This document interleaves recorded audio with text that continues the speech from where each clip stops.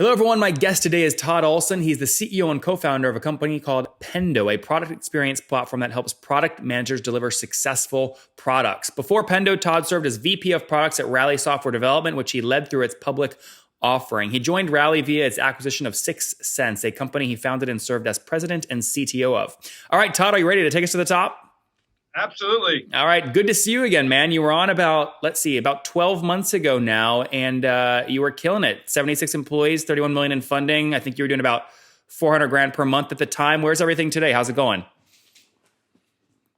It's going well. Well, we're 163 employees today. We've raised now $45 million. No, 56 actually in total. You just forgot about a 10. Yeah. And then revenue, what did I say we're doing? About 12 months ago, you were at about 400 grand a month. Yeah, that's what you said. I think that's what you said, at least on the show, is about 400 grand a month. Yeah, so we're nearly triple that. That's amazing. Today. That's great. Yeah, so let me just go back. I'll go here and repeat some of these numbers. So it's $3.8 million in total revenue in 2016, 400 grand a monthly recurring revenue, about 200 customers at a $2,000 average revenue per user per month. Most of those, it sounds like, probably increased. Yeah, we're well over 400 customers. Our average revenue per customer has increased significantly since then as well. Kind of moved up market, selling larger deals to larger companies. But well over 400 customers now. That's great. So just to be clear, you're 3 times the 400 grand per month. You said, sorry, I misheard you. You're over 400 customers now? Yep. 400 customers, about $1.2 million a month in monthly recurring revenue. Again, that puts each customer paying you about 30 grand a month. So you've really gone up market. We have. So talk me through that transition.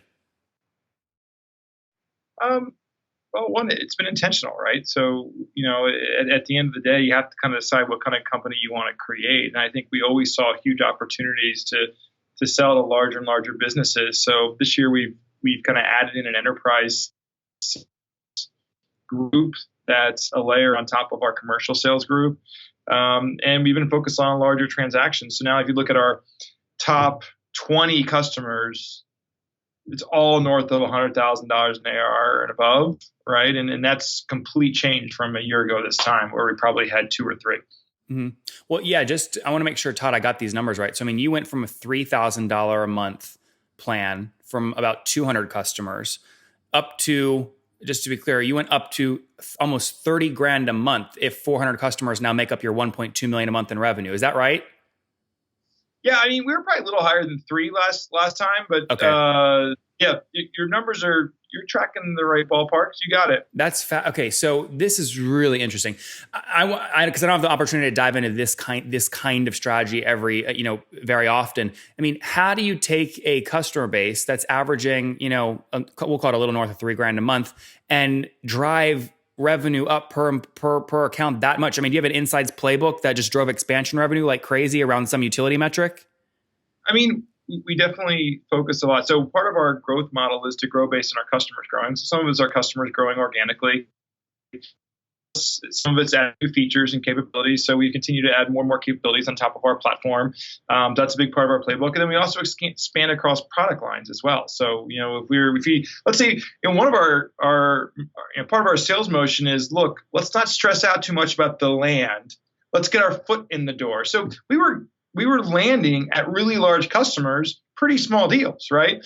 And then it's about continuing to service them, show them a lot of value, prove the ROI, and then we move to maybe the larger product line within the business. So a lot of it's been willing to take smaller deals at big companies, which has led to a lot of this expansion. So yeah, expansion is a huge part of what we do. We still carry a very high net retention rate, which is what? North of 150. So, and that's a revenue, that's revenue. In other words, your churn, your gross, we'll say your churned revenue plus your expansion revenue, you're still growing 50% on average. You got it. It's impressive. If we sign $1 today, then we know that in a year, generally that'll be worth $1.50, all else being equal. Yep. Which is comfortable. Which is why you've been able to raise money probably fairly easy, right? It helps when they're money raising, when you have those kinds of metrics. It does, yeah. Yep. Now, has anything changed in terms of acquisition costs? What are you spending these days to acquire customers?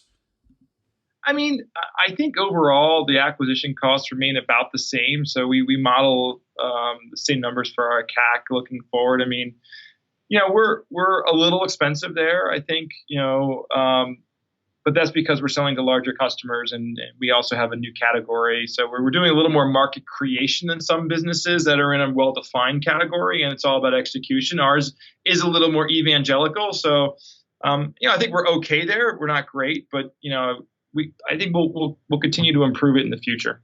Okay, got it. And Todd, I realized I made a really embarrassing math mistake earlier because I try and do too much in my head. You drove ARPUs from about $2,000 per customer up to $3,000 per customer, not $30,000 per customer per month. Correct. Oh, you're doing monthly numbers. So that was my fault. My yearly numbers. So you're right.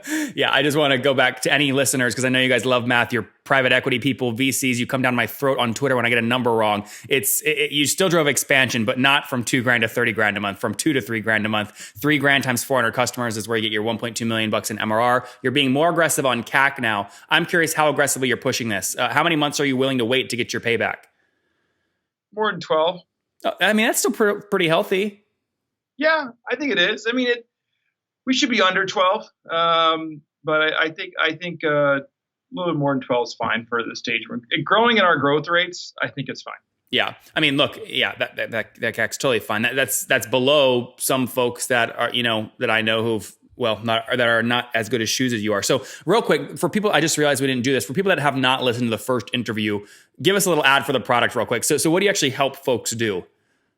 We help improve the experience of their product. So we install into software applications. We capture all the behavior, what's happening in it.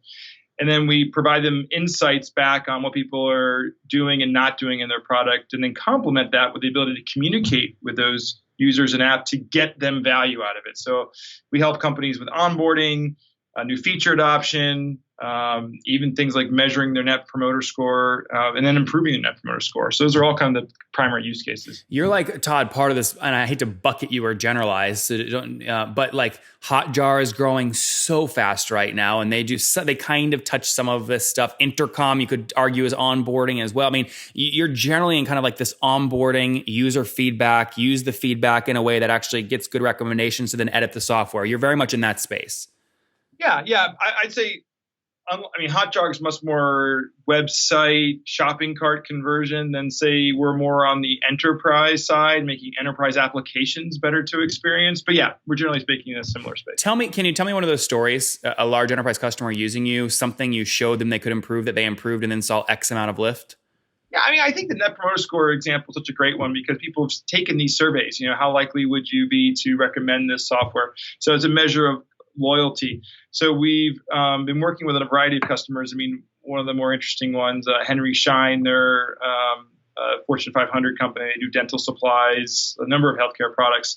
But we've actually, improved the responsive rate for their Net Promoter Score surveys so that we've increased it by probably 3 to 4 times, but then also helped them improve their score. So they were able to diagnose which roles within their were least loyal, target those folks with messaging and app to educate them on areas where they could take advantage of, and then increase their score subsequently.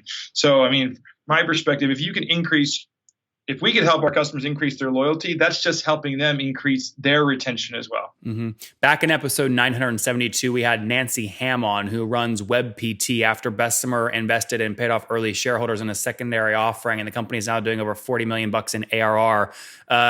She obviously shared that on the show. That's all public. They use you. How do they use you?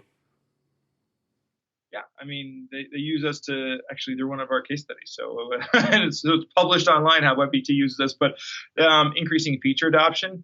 They have really sophisticated applications. They are the system of record for physical therapists to come in and spend day in, day out. So a big part of what we do is help educate those physical therapists how to make sure they get full use out of the platform that they're paying for. Yeah. So we also reduce, we also report, I forget the exact statistics, but we reduce support requests as well. So if we can help educate people in app, it's going to reduce the capacity that's needed in support to deal with issues that are coming in. Yeah. Todd, I was trying to give you a softball for you to just slam, but I will quickly give you credit where credit's due. Like Bradley at WebPT uses Pendo, they were basically, when they launched new features at WebPT, would ask clinics if the new features were valuable or not. They used, before Pendo, would get a 7 to 8% response rate. After Pendo was installed, they got 50% plus response rate. So that gives you guys an idea of really what Pendo's doing. It basically, if you only have 1,000 users, you want to maximize the amount of feedback you can get from those users, especially if your cohort is small. Now, WebPT has a huge cohort, but that's why Pendo is growing so quickly, obviously behind Todd's leadership. So Todd, you mentioned you're going into new categories. You're launching additional products. That helps you kind of go deeper in terms of wallet share across your current customer base. Would you say your general strategy over the next 12 to 24 months is to go deeper in terms of wallet share across your current base, or to open up new markets? I mean, obviously, this is a combined approach, right? So I think, I mentioned earlier that part of our reason for increasing our ACV and moving up market is we've added an enterprise channel. So that is a big part of our goals for the next fiscal year, is how do we continue to move into the enterprise? And when I say move into the enterprise, it's not just larger businesses, it's different kinds of businesses, financial services, insurance. We have a large opportunity at retail today. So I think you're going to see, you go to our website today, you see a lot of tech companies. Think WebPT, think Coupa, think companies like that. I think you're going to see a lot more non-tech companies showing up on our website next year. I'm really, really excited about that. That's a huge push for us. So that's number one. I also think we'll invest a lot in deepening a lot of the relationships with customers. So one of the things we did last year, which was a very bold move, was we made our first acquisition. So we acquired a company in August of this year that added full native mobile capabilities into our product. And the whole vision here is we were only addressing a portion of some of our customers' portfolio. So now we think it's a huge opportunity to help companies optimize the experience across different screens. So the reality is we all now consume software across different screens in different ways. When we're away or on the go, we're using the mobile devices for very quick tasks, using the web screens for more long range tasks. By being on both of these products, we help give customers kind of unique visibility across them, and it can help drive people to the screen that they're best apt to satisfy their needs. So we think it's really powerful, and it's really new for us. So that's going to be one of the big areas that we're expanding in the next year, is kind of bringing in this mobile offering, and for companies that have both, getting it on both. And hopefully these additional products obviously improve unit economics. What's your gross logo churn at today annually? That's a good question. Or do you not measure that? We have it in board decks, but it's not one obviously I have memorized. So it's a small number. But I think part of moving up market too is you do incur some logo churn at the low end, right? We had a $99 a month price point 2 years ago. We no longer have a $99 a month price point.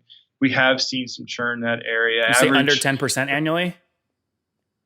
It is under 10% annually now, but there's some acceptable churn that we acknowledge that we have to take. I think we have been pretty aggressive there in that number, and that we've tried to keep pretty much everyone. But there is some acceptable churn that you have when we are moving up market, and realize that a 5-person company, our minimum price point now is $18,000 annual. That's a lot for a 5-person company, right? Yep. So they're going to churn. Now to that, we've added. Some of it's, what we like to do is not churn these customers, rather move the really small ones to a free offer. So we have a freemium offer. The freemium offer we introduced this year to help handle companies that aren't quite big enough to be on our pro solution, but really want to take advantage of our best in breed capabilities. So it is a big area, and hopefully for companies that can't quite continue to afford us, will just continue using us on our free edition. Hey, Todd, good stuff, man. Let's wrap up here with the famous 5 quick answers here. Number 1, what was the last business book you read? The Heath Brothers' Power of Moments. That's a good one. Number 2, is there a CEO you're following or studying right now? I think I said this last time. I still, Nick Mehta, really enjoy watching what he does. Number 3, besides your own, what's your favorite online tool? Slack. Okay. Number 4, how many hours of sleep do you get every night? About 6. That's good. And what's your situation? Married, single, you have kiddos? I have children, yes. Okay. How many? Working. 4. Holy cow. How old are you? I am 42 years old. 40. Oh my gosh. You're a busy man. And last question here. Take us back 22 years. What do you wish your 20-year-old self knew? I was an entrepreneur back then. Yeah, how fun this is. So it never gets old. So I still feel as good as I felt back then. So yeah, that's it. There you guys have it from Todd at Pendo. Entrepreneurship is fun. It was fun back then. It still is fun today. He launched his company back many years ago, now scaling very rapidly. Launch date was 2013, just 12 months ago, doing about 400 grand a month in revenue across 200 customers. Now at almost 400 customers, each paying about 3 grand a month. So they're at about 1.2 million bucks in monthly recurring revenue. They've also raised additional capital. They're now at about $56 million raised. Again, their team of 166 plus people helping onboarding experiences and just customer feedback experiences in general, especially in enterprise applications, get tighter, get a higher response rate, and just generally be a better experience overall. Todd, thank you so much for taking us to the top. My pleasure.